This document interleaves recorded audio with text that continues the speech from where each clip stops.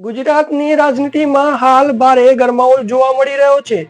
સુરેન્દ્રનગર જિલ્લાના જાણીતા ખેડૂત નેતા અને આપના અગત્યના ચહેરા રાજુ કરપડાએ પોતાના તમામ પદ પરથી રાજીનામું આપ્યું છે। રાજીનામાની જાણકારી તેમણે સોશિયલ મીડિયા ઉપર એક પોસ્ટ કરીને આપી હતી। તેમણે પોતાના સંદેશમાં જણાવ્યું હતું કે તેઓ વ્યક્તિગત અને રાજકીય કારણોસર આ નિર્ણય લઈ રહ્યા છે। હાલ સુધી તેમના દ્વારા પાર્ટી છોડવાની પાછળના ચોક્કસ કારણો વિશે સંપૂર્ણ સ્પષ્ટતા કરવામાં આવી નથી।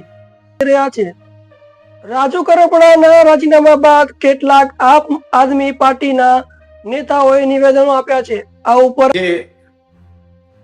ખેડૂત નેતા રાજુભાઈ કરપડાનું મને વોટ્સએપ પર રાજીનામું મળ્યું છે।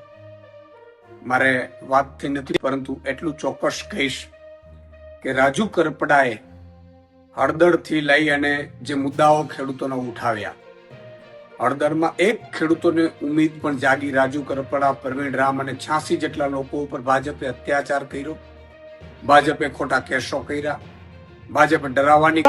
કોંગ્રેસના કરશનદાસ બાપુએ પણ પોતાનું નિવેદન આપ્યું હતું, પણ અત્યારે પ્રશ્નો એ રાજુભાઈ કરપડાનું આમ આદમી પાર્ટીમાંથી રાજીનામું એ મારા માટે શોકિંગ એટલા માટે નથી કે હું જાણું છું કે જે લોકો ખેડૂતની સાચી ચિંતા કરે છે, લોકશાહીની સાચી ચિંતા કરે છે, દેશ પ્રત્યે અને જે પીડિત લોકો પ્રત્યે સાચો ભાવ અને લાગણી છે, એવો કોઈ પણ વ્યક્તિ આમ આદમી પાર્ટીમાં ટકી ન શકે।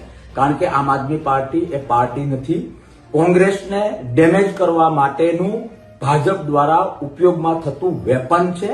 આ વાત છે કે હવે રાજુ કરપડા કઈ પાર્ટીમાં જોડાશે, ખેડૂત આંદોલનનું શું થશે અને હવે રાજુ કરપડાની રાજનીતિ કઈ તરફ જઈ શકે છે, એ પ્રશ્નો અત્યારે ઉભા થયા છે। મિત્રો, આ વિશે શું મંતવ્ય છે કમેન્ટ કરીને જરૂર જણાવજો। તમે જોઈ રહ્યા છો DM19 news, digital Gujarat, digital news.